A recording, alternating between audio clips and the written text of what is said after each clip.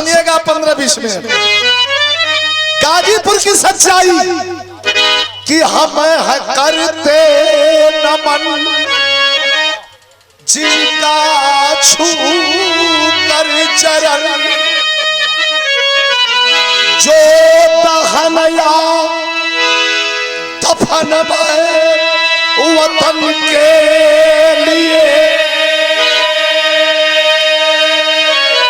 भारती आरती गर्व से वारती, त्यागे अपना चमन वो वतन के लिए।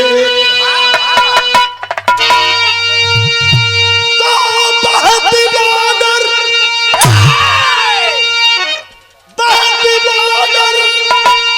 पे थी गर्म जासी,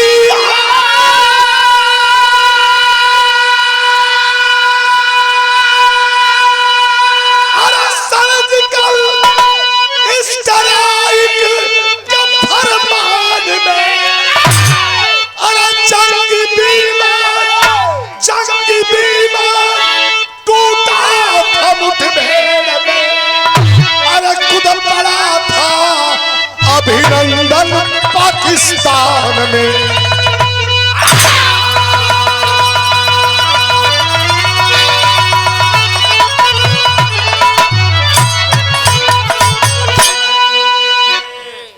आपको याद होगा बहती बॉर्डर पर थी गर्मजोशी हवा, सर्जिकल स्ट्राइक के फरमान में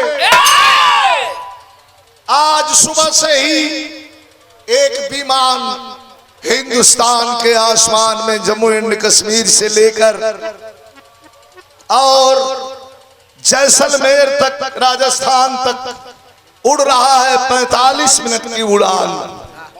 लेकिन वह विमान हिंदुस्तान का नहीं था। वह विमान किसका था? दुश्मन देश का था। क्या मंसूबा है, काहे उड़ा था ये पता नहीं। उस विमान को घेरने के लिए, मारने के लिए भेजा गया किसको? आप नाम सुने होंगे, कोई काल्पनिक बात नहीं। अभिनंदन वर्धमान बिग कमांडर को एक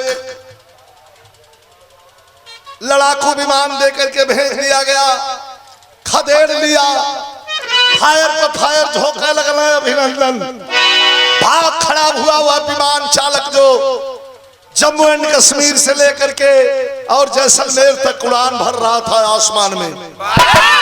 अच्छा तो लौटावे के चाहिए, कितना मन बढ़ू, कितना दिलेर है हिंदुस्तानी। अभिनंदन वर्धमान पीछा करते करते करते करते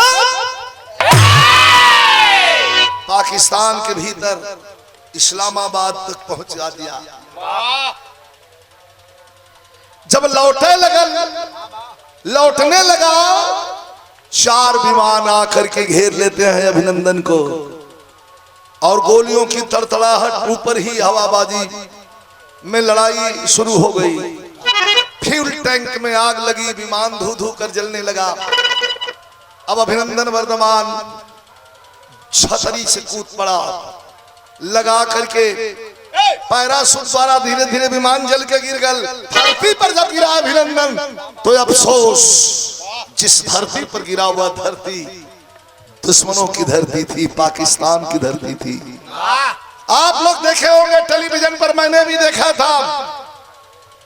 उठा करके हाथ में ईंटा पत्थर चला रहे थे, डंडा लाठी मार रहे थे, लेकिन पकड़ करके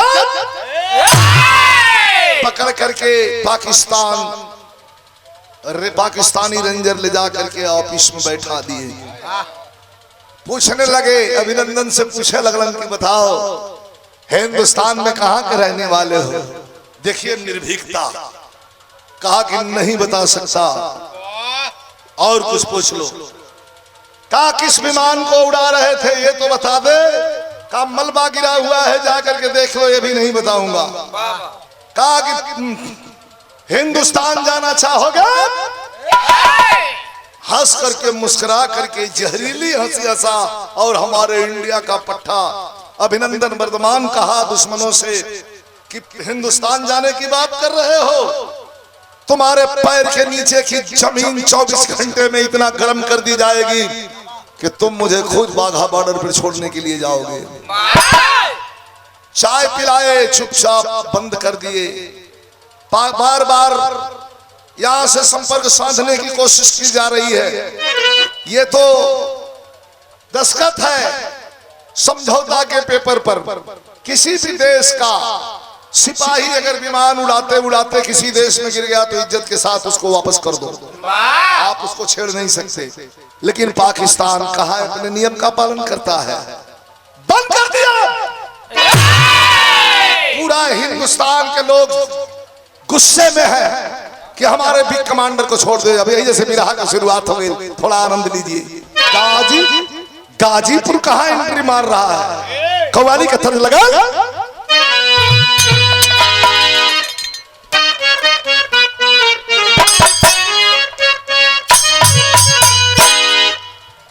अरे ऐसा पहली, अरे ऐसा पहली बार हुआ है।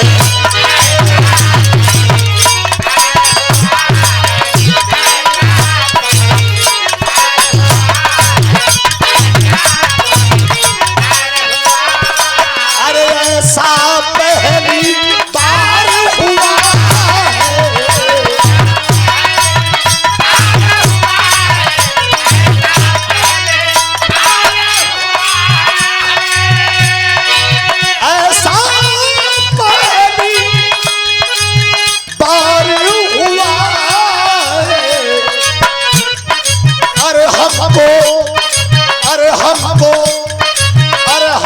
किसी से प्यार।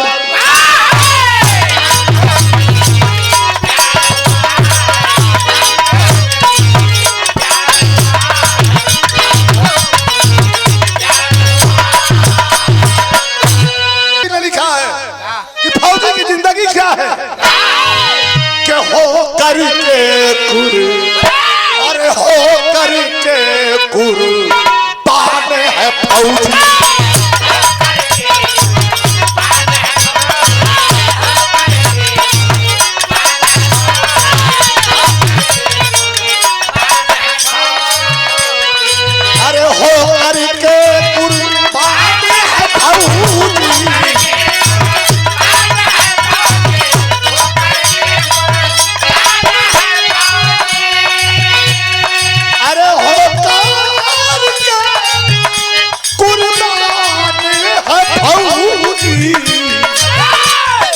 अरे रखता, हाँ रखता, अरे रखता वतन की मान है।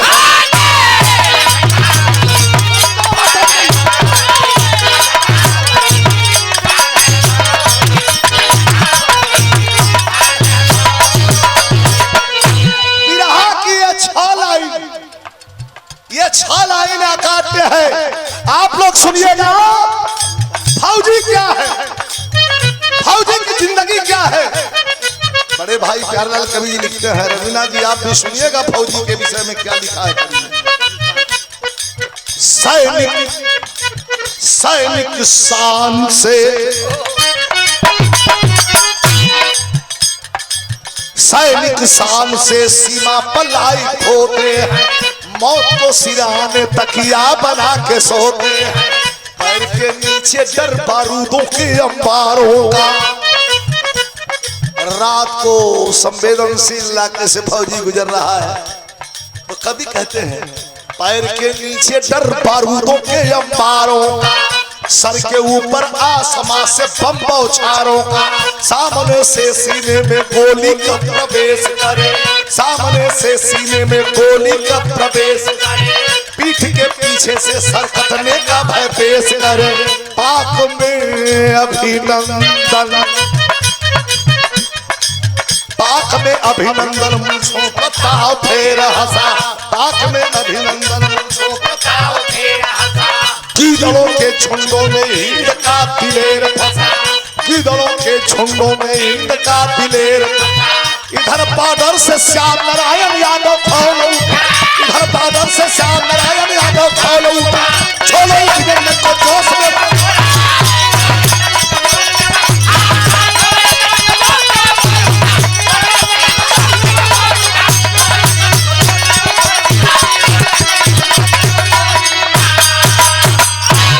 पूरी इंडियन आर्मी के नौजवान और पूरा भारतवर्ष परेशान है कि हमारे अभिनंदन को अब तक वापस क्यों नहीं किया।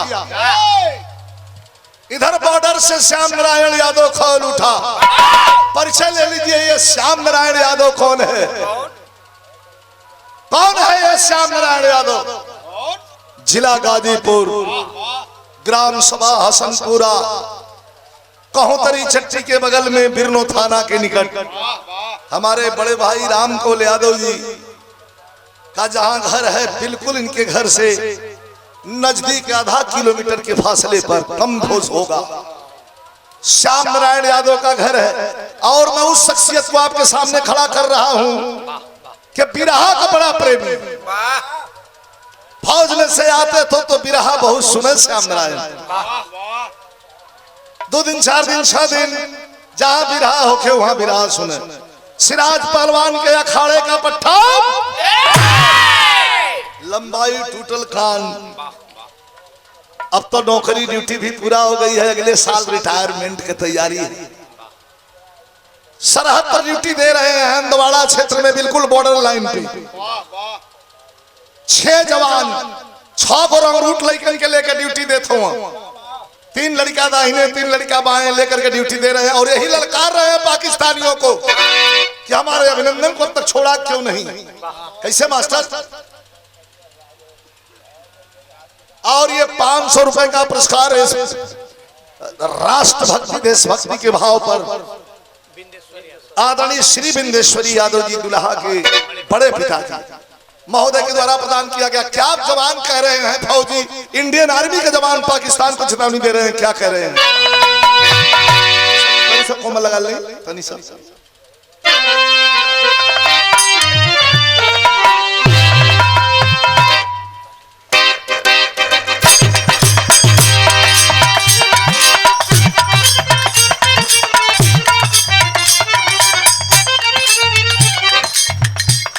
अरे पूछा फौजी जवान कर रहे हैं, क्या पूछताछ कर दी है? हम नहीं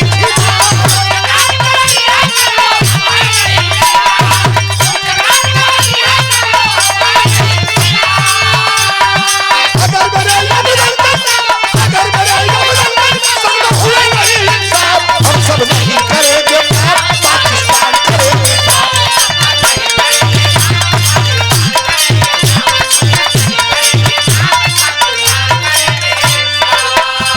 बॉर्डर पे जंग जैसा माहौल हो गया, जल्दी छोड़ दो वरना खत्म इसका अंजाम बुरा होगा। देश के कोने कोने से अब धमकी मिली इमरान को,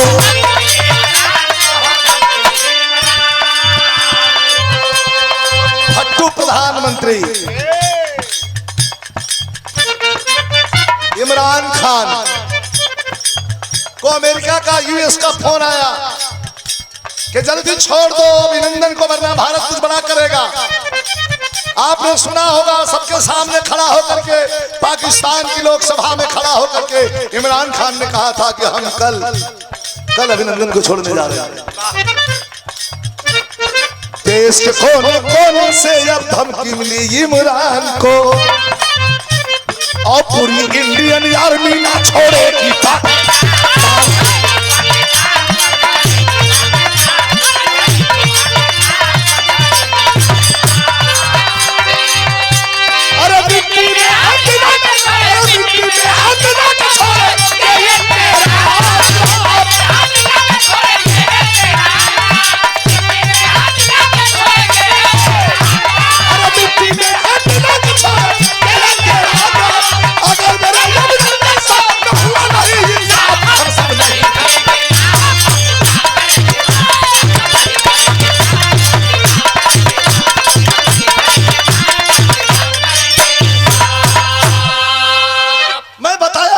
कि जंग जैसा माहौल हो गया।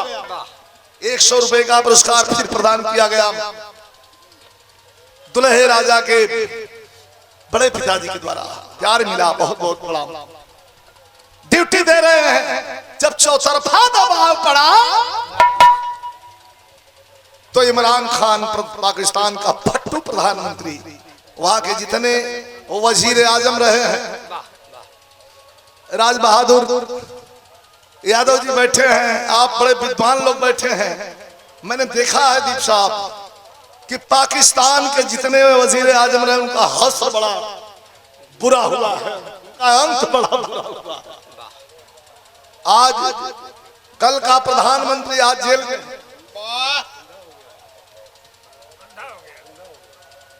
अंधा हो गया। हाँ, और ऐसा टॉर्चर कर दिए जेल में रख करके कि दोनों आंखों की रोशनी चली गई है, अंधा हो गया स्टेशन पर बैठे हुए।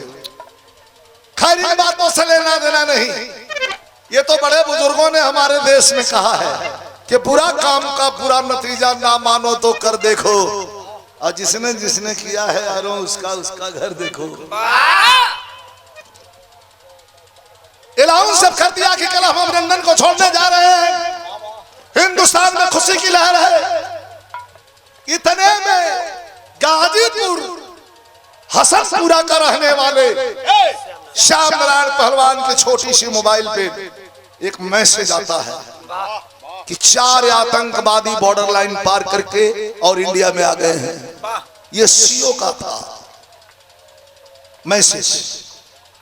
श्याम नारायण पहलवान अपने 6 नौजवानों के साथ खड़े हैं, एक दूसरे का मुंह दिख रहे हैं कि ये 4, हम तो बॉर्डर लाइन पे खड़े हैं, कौन 4 आ गए? दौड़ करके आगे बढ़ करके देखने लगे तो कभी जी हाँ तर्ज बदल दलन, कौन तर्जमा?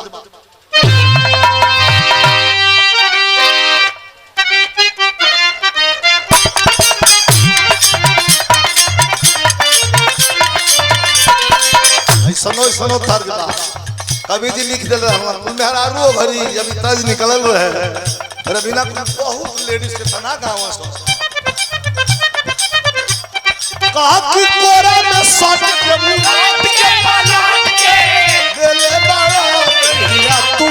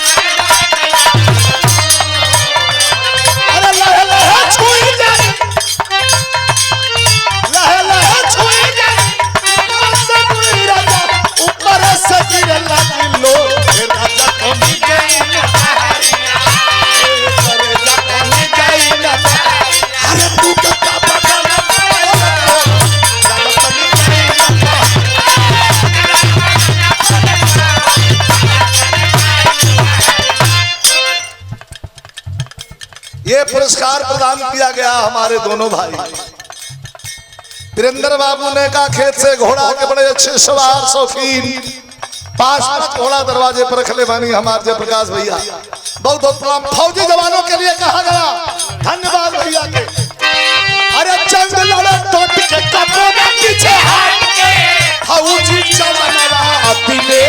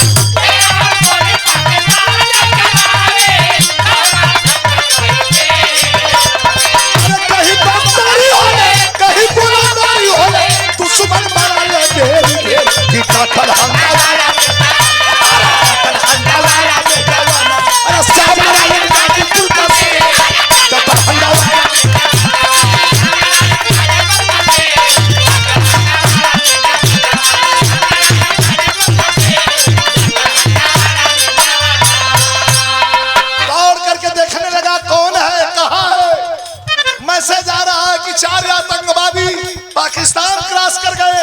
इधर बाघा बॉर्डर पर ड्यूटी लगी है, बाघा बॉर्डर पर भीड़ लगी है, तिरंगा झंडा हाथ में लेकर के वेलकम करने के लिए, स्वागत करने के लिए अभिनंदन का भीड़ जुटी है। एक बुढ़िया माँ 2, 4, 5 बकरी लेकर के रोड के किनारे बैठी थी। श्याम नारायण पहलवान पहुंच के पूछते हैं, माँ यहाँ किसी को आते जाते देखी हो हथियार? यहाँ बाबू उस पहाड़ी के पीछे तो बैठे हैं 4, कुछ खा रहे हैं। हम तो फौज वाले ही समझ रहे हैं उन्हें। कौन है बाबू वो? कहा कुछ नहीं माँ, तुम जाओ यार। घूम करके पीछे से श्याम नारायण यादव अपने 6 बच्चों के साथ आते हैं और पत्थर की चट्टान पे पीछे से छिप के देखते हैं क्या होते। खचारा दुश्मनवा अबाड़े सौधले निशानवा। रोड पर जैसे आई रोड बा, ये रोड पर निशाना सदले मानो से स्कूल का बस छुट्टी होके वाली बा, स्कूल का बस गुजरे वाली बाड़ी से। कितना बुरा, कितना खराब, कितना घटिया मंसूबा है हरामजादों का। ओ देख 4 दुश्मनवा अबाड़ो सौधले निशानवा। बोला इनकलाब बोली उदी पड़े जवानवा।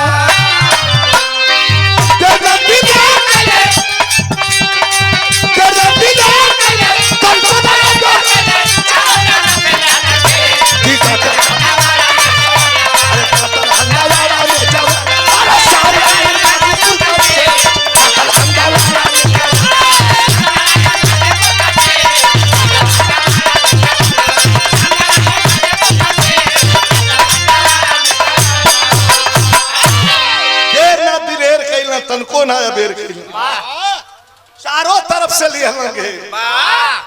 अपने जवानों को कहते हैं, सुनो आवाज मत करना। एक हाथ उठाऊंगा, 3 जवान तुम दाहिने से फायर करना। यह हाथ नीचे होगा, दूसरा हाथ उठाऊंगा, राइट हैंड में जो जवान फायर कर रहे होते हैं रुकेंगे, बाएं से फायरिंग शुरू हो जाएगी। दिशा निर्देश दे रहे हैं। चारों बैठल माना सा निशाना ले ले मानो। 2 मिनट बच गया है, स्कूल की बस आने वाली है। और तुले श्याम नारायण पहलवान गाजीपुर वाह वाह वाह वाह बारिश से होता। श्याम नारायण पहलवान हाथ ऊपर उठाई दिया। तर तर तर तर तर तर तर तर गोली चलने लगल तो बिरहा तनवीर इसमें लगल बा। ये हमारे गार्जियन स्वरूप आदरणीय दुल्हा के बड़े पिताजी बिंदेश्वरी यादव भैया के द्वारा फिर पुरस्कार प्रदान कर गिल बा। बहुत स्नेह है आपने दिया।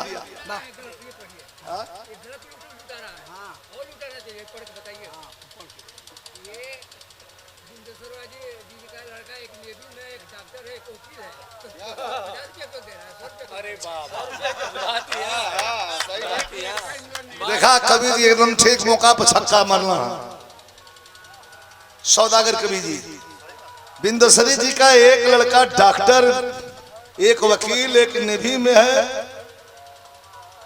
अच्छा होली के रंग की तरह उड़ाइए, क्यों रोक रोक। वाह वाह कवि जी, तो कवि जी शायर तो शायर। इस तरह के दिमाग में ना पहुंचा तब कोनो बात नहीं के, धीरे ही धीरे चले गई। हाँ यो ठीक है, धीरे धीरे चली तो ठीक है। अरे हड़बड़ाऊ को चल चले ठीक ना हो। गोली चलने लगी। आज जब गोली चलने लगल तब भी रहा का भाव यहाँ लगल बा। वो भरी बात रहे उस्ताद लोग का है।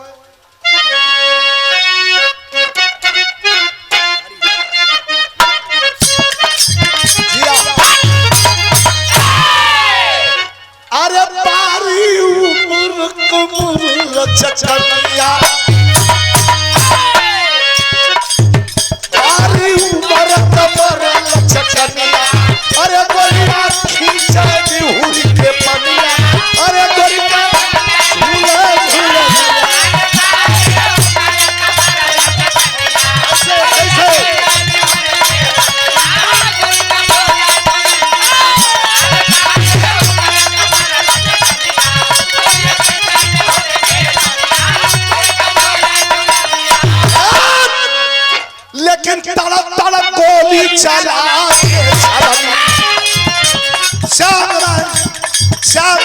पहलवान के साथ खड़े लड़के गोली चला रहे हैं। अरे तड़ तड़ गोली चला के छलक छातिया भाग धतिया सब चल बोल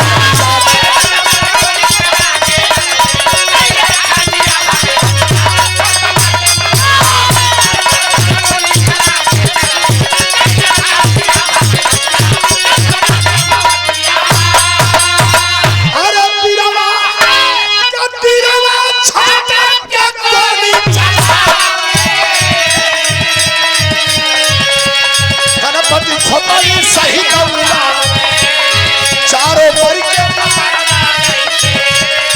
चारों मर के पसर खड़ा खड़ा खड़ा अरे खड़ा खड़ा खड़ा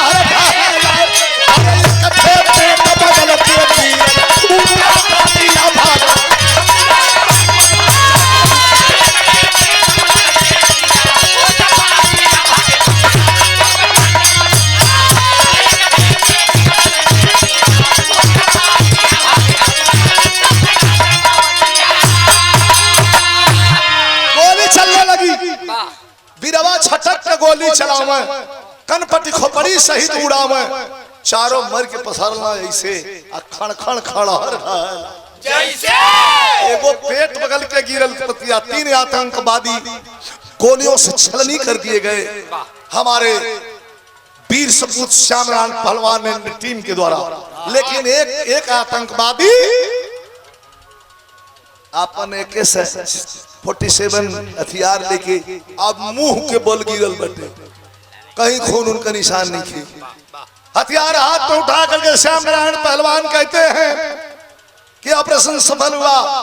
प्रतापगढ़ का एक लड़का साथ में नया भर्ती था का नो सर ऑपरेशन सफल नहीं हुआ, हमें शक है कहीं ये जिंदा तो नहीं है जो मुंह के बल गिरा है, कहियो तो देख लो। डांट देते हैं श्याम नारायण पहलवान कहते हैं पागल नई भर्ती तुम्हारी शादी हुई है? कहे नहीं सर अब छेक छकैया हुई है जुए छेक दी वहां गई लगे काम नहीं खे मैं देख रहा हूँ। अरे मुझे तो अगले साल रिटायर्ड हो जाना है।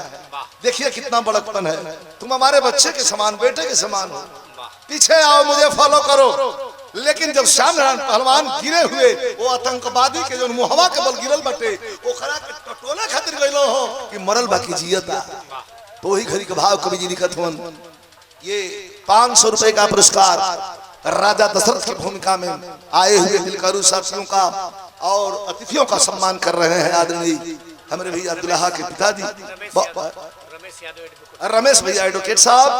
मैं आपको प्रणाम करता हूं, सभी इनके प्रणाम बा। लेकिन हाई देखिए ये तर्ज का हमारा स्वर्गीय रामदेव गुरु जी बड़ा बढ़िया गाँव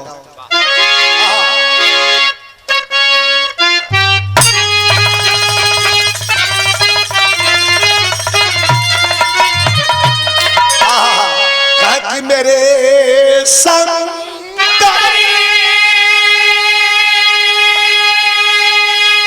मेरे संग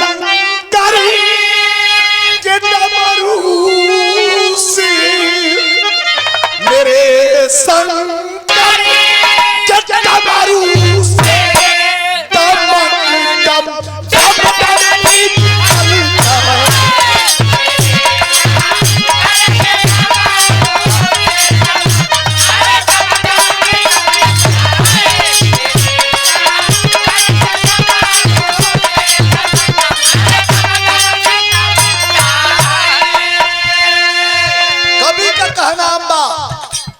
इस देश पर सबसे अधिक बलिदान गाजीपुर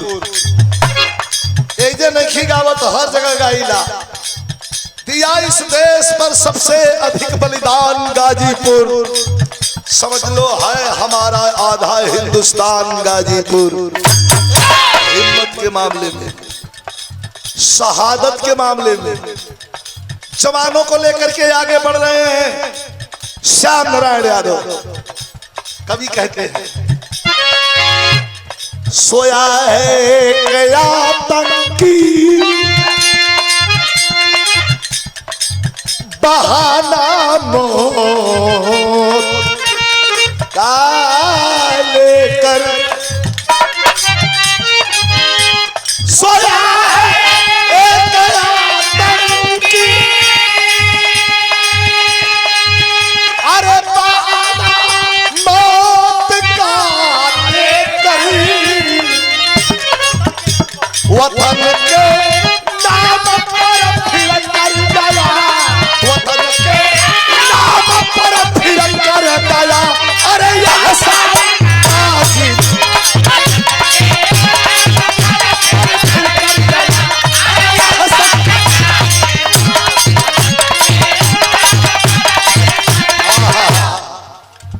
100 रुपए का पुरस्कार बड़का खेत बागी बलिया की धरती से हमारा जयप्रकाश यादव भैया के द्वारा घोड़ा के बड़े अच्छे सवार बनी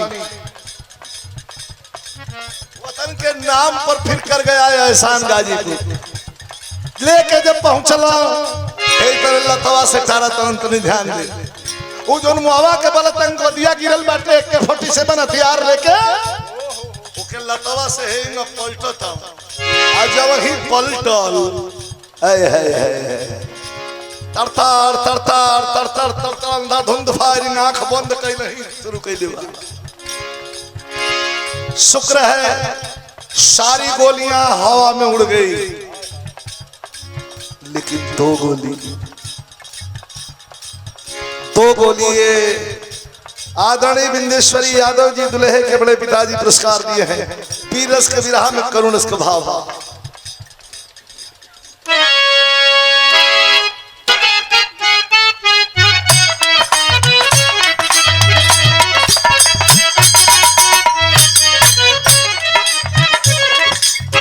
तन को न तरफ आई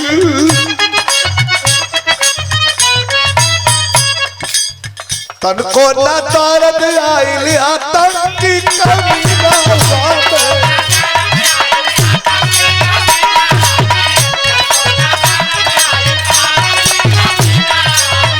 एक गोली पेट मरल से एक गोली सीना मार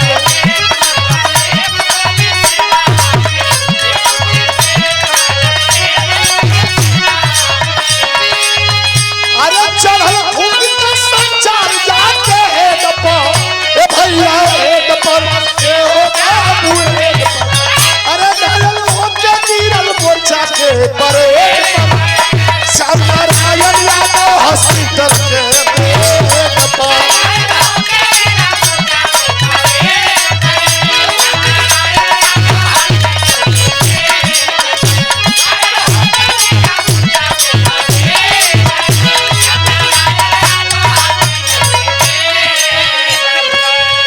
जो ही दो गोली लगी साथ के बच्चे मार करके आतंकवादी को तो खत्म कर दिए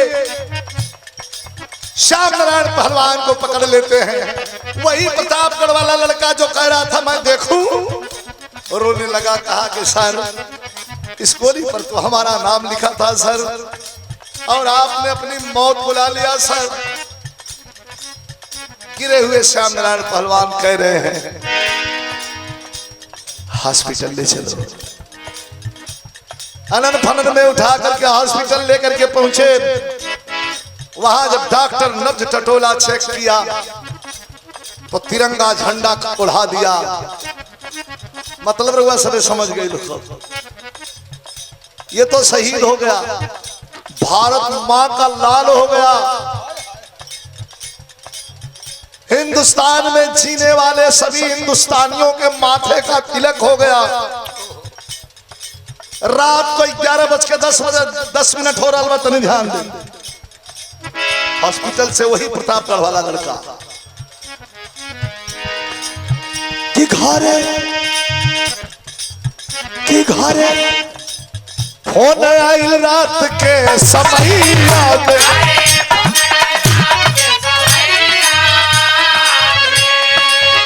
अरे सब सुतल रहे चदरा रजैया में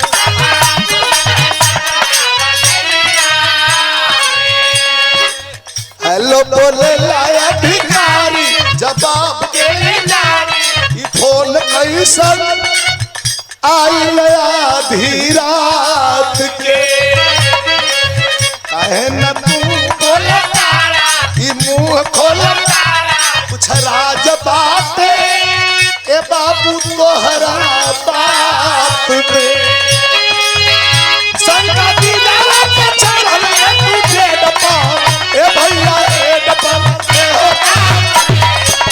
अरे घायल हो के गिरल मोर्चा के परेड पर सामने आया हॉस्पिटल के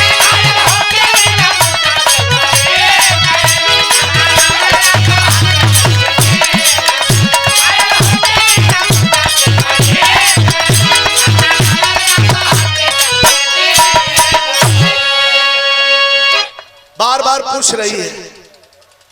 श्याम नारायण पहलवान की धर्म पत्नी पर मिला। अरे भाई 11 साढ़े 11 बजे तरुआ के बोलता नहीं, कहां से बोलता नहीं। जवान कहा कि मैं मिलिट्री कैंप से। अरे अच्छा अच्छा अच्छा अच्छा, हाँ बिहाने फोन वहां का कोई लगा नहीं हो कि कोनो विशेष ऑपरेशन में बानी, हम बाद में फोन करब। कहा बानी?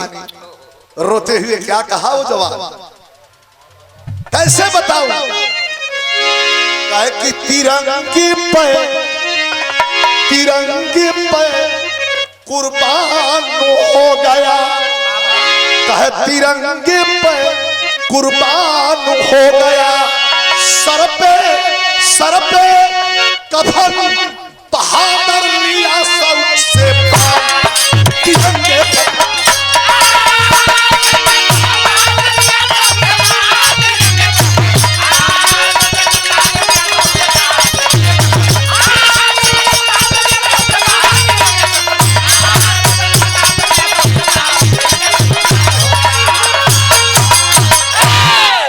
वर्दी में छटकने वाला आज, वर्दी में छटकने वाला आज ताबूत में लेट के आया है। हर खुशहाली करके दफन वो कफन तिरंगा पाया है। खुला है ताबूत मूर्छित मुखड़ा और करई मालालन का। अरे एक सितारा उजड़ गया बुढ़िया माई के।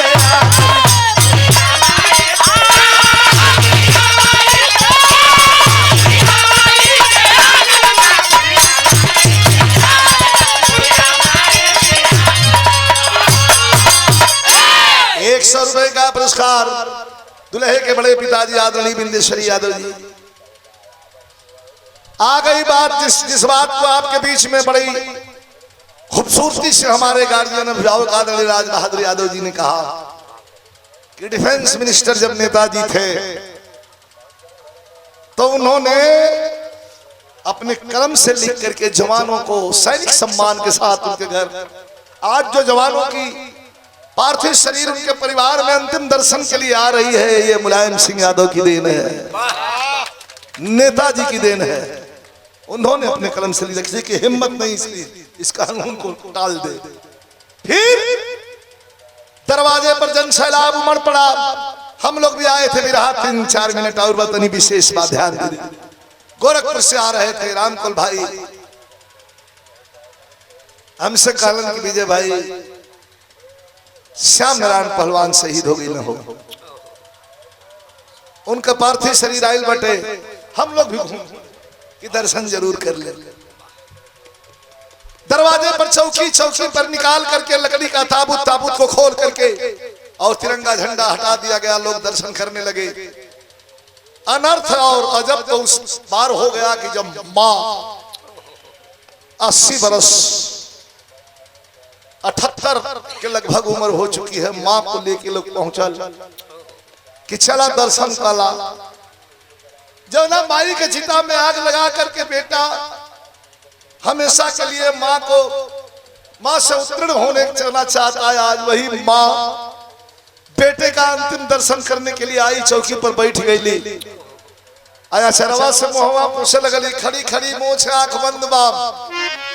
जब तिरंगा झंडा हटाया गया, जिले का कलेक्टर डीएम आकर के देख करके रुमाल से आंख पोंछते हुए आगे बढ़े और कहते हैं वारे बहादुर, सीना के बीचों बीच गोली खाया है। लेकिन माई का कहता रही तनी मार्मिक भावा दुल्हन भाई अचरवा से मोहवा पोछे लगली, कहली कि ए भैया हमार भैया इतना धूल माटी लगल बा, लोगन मोहवा ना तनी धोवा देला। उठा भैया हमरा से बात करा भैया। बोला भैया हमसे एक माँ की ममता कलप रही है और यही कह रही है अपने बेटे से कि हमारे बुढ़ौती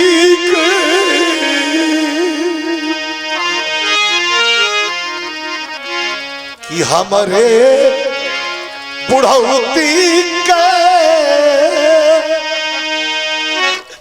अरे जाए बेटा कैला न तान को ख्याल हमरे बुढ़ौती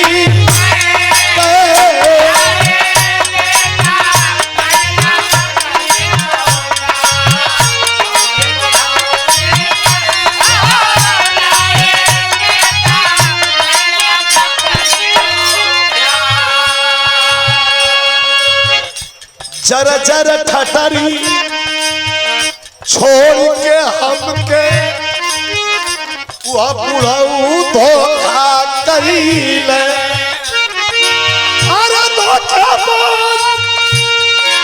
अरे धोखेबाज का बेटा तो धोखेबाज हो गई ना कि हमारे बुढ़ऊ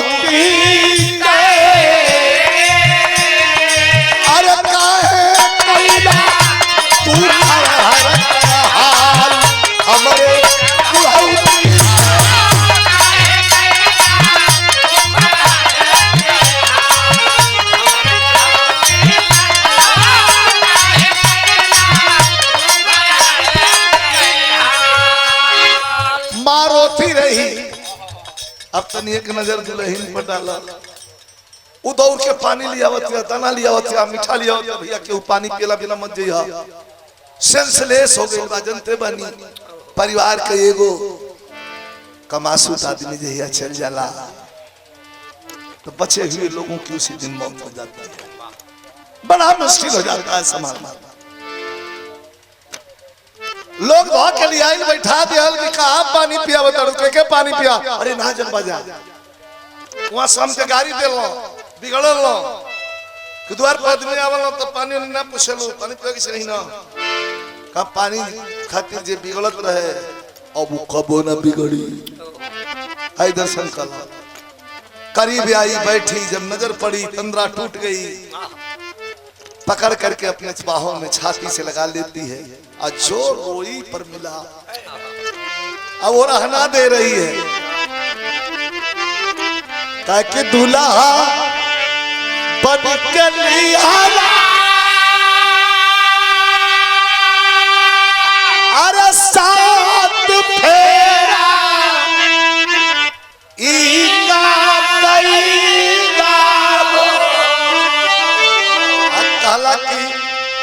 संग में तो मेरा खबुती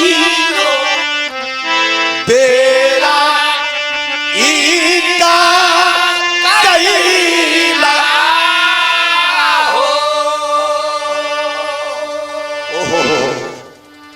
रो रही है काला जहां जाई रो रो करके चित्कार कर रही है आवाज लगा रही है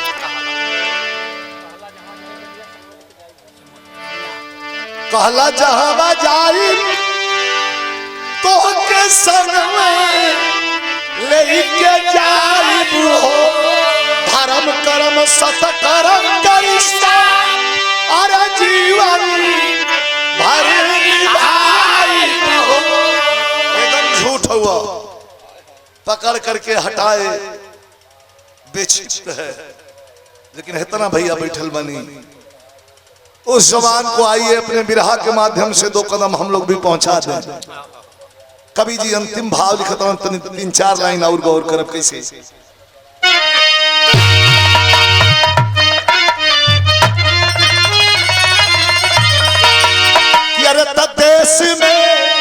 अरे तदेश में सही पूरा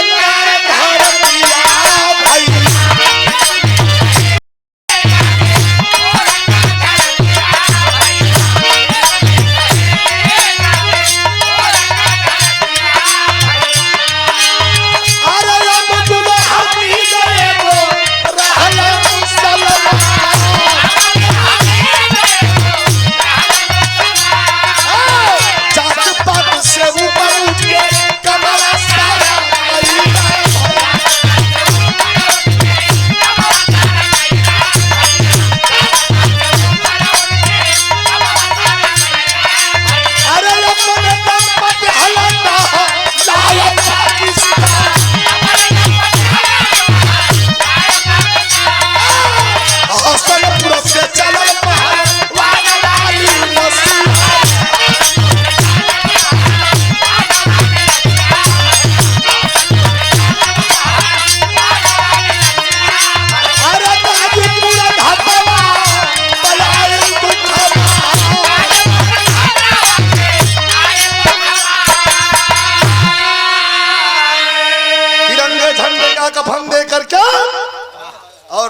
की सलामी देकर के जवान को पंचतत्व में विलीन कर दिया गया। वाह लौट करके लोग घर आए, अंतिम एक छह लाइन तो नहीं सुन ली। वह पर मिला शहीद फौजी नौजवान श्याम नारायण यादव की धर्मपत्नी फोटो रख करके और बैठी है। तनी हंस लेती है तो फिर रोवे लगत किया, फिर फटुआ से कुछ पूछत किया, फिर हंस लेती है, फिर रोवे लगत किया। सवाल प्रश्न क्या उसका है, क्या कह रही है?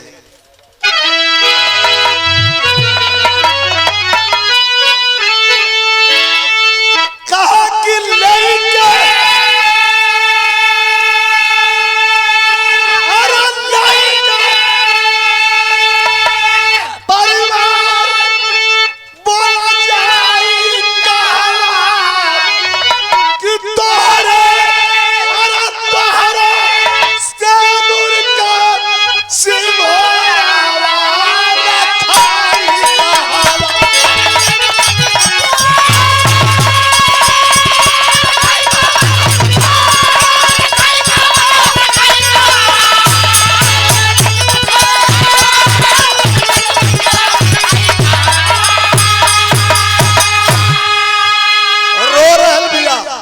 हंसा लगे। क्या कहे कि तोहर मिली सैया राष्ट्रीय पुरस्कार। फटुआ से रोवत या कहत या कि तोहरा के राष्ट्रीय पुरस्कार न मिली, लेकिन हमार कहा कि हमार तलुटाई गईले सोखसी।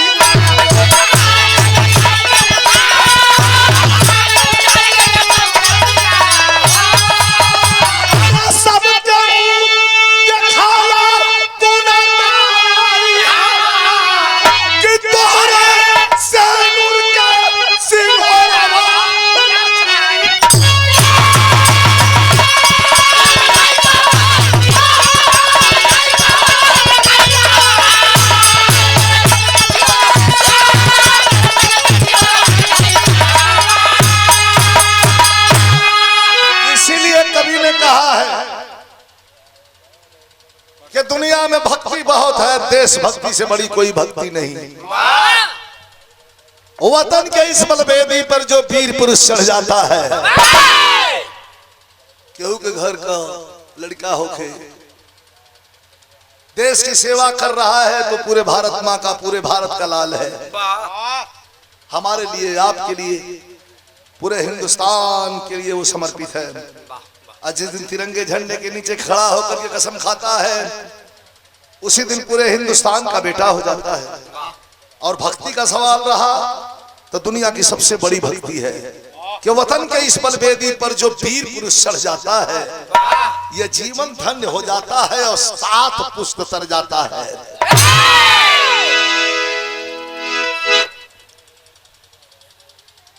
बहुत से जवानों ने शहादत दिया है। कारगिल की लड़ाई में भी गाजीपुर जिला ने बढ़ चढ़ करके हिस्सा लिया। ऊपर से दुश्मन की फायरिंग और नीचे से जवानों का चढ़ना, कई 100 जवान मार दिए गए मात्र 6 दिन के अंदर। 3 दिन के अंदर कई 100 जवान मार दिए गए, लेकिन हौसला पस्त नहीं हुआ। चढ़े कारगिल द्रास मस्को की चोटी पर और मार करके दुश्मनों को वहां से भगा करके और तिरंगा झंडा स्थापित कर दिया। बड़ा बहादुर, बड़ा लड़ाका देश। वाह वाह, यहाँ के नौजवान बड़े लड़ाका। अरे वाह, जैसे आप। अरे वाह। गुरु बिहारी, गुरु गणेश, गुरु रामलाल की लीला, रामदेव चंद्रिका कवि का जोर, तिरंगे पर कुर्बान हो गया विजयी।